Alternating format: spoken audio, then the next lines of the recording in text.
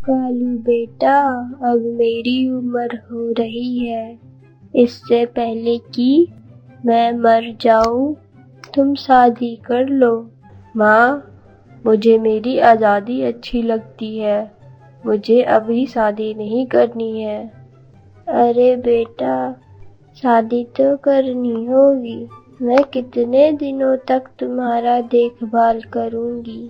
कालू अपनी माँ की बात को बिना सुने जंगल की तरफ चला जाता है।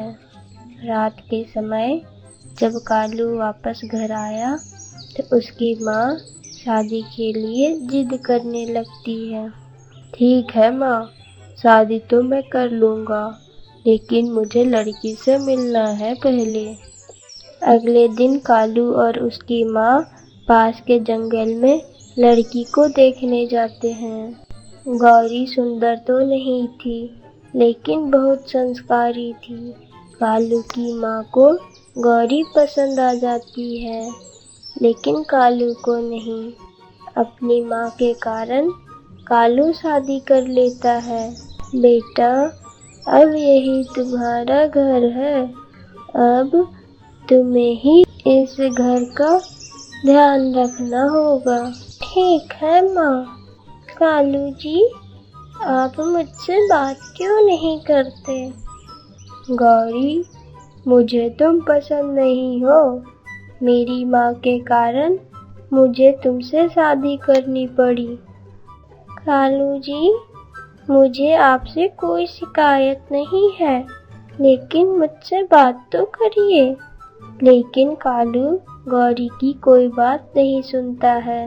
कालू की माँ को गुजर जाने से गौरी कभी अकेली हो गई थी।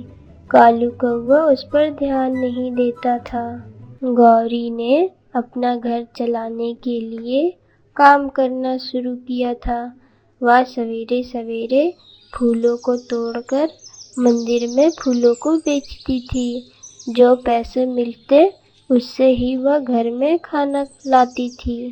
कालू जी, आप कोई काम खोज लीजिए। मेरे पैसों से घर नहीं चल पा रहा है। तुम्हें इस घर में रहना है या नहीं? आप ऐसा क्यों कह रहे हैं कालू जी? ये घर मेरा है। अगर तुम्हें यहाँ रहना है तो इसके बदले में तुम्हें यहाँ का खर्चा चलाना होगा। कालू की बात का गौरी को बहुत दुख हुआ, लेकिन वह कुछ नहीं कर सकती थी।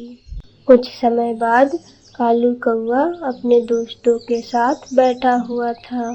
तभी उसे एक चिड़िया दिखती है जो बहुत सुंदर थी। रुको सुंदर चिड़िया, कहाँ जा रही हो? तुम कौन हो? मेरे पीछे क्यों आ रहे हो? सुंदर चिड़िया, तुम्हारा नाम क्या है? मेरा नाम रूमी है। बहुत अच्छा नाम है।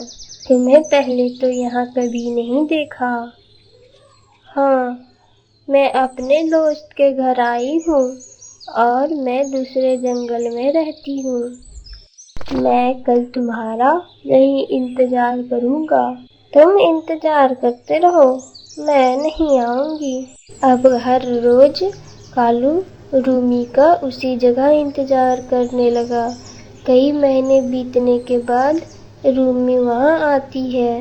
कालू, यहाँ क्या कर रहे हो? मैं तुम्हारा 1 महीने से यहीं इंतजार कर रहा हूँ, लेकिन तुम यहाँ नहीं आई। रूमी को कालू पर तरस आता है। रूमी, मैं तुम्हें पसंद करता हूँ। क्या तुम मुझसे शादी करोगी? मेरी एक पत्नी है, लेकिन मैं उससे पसंद नहीं करता।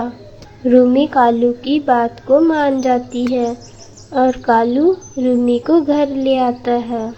कालू जी, ये कौन है? ये मेरी पत्नी है और आज से ये इसी घर में रहेगी।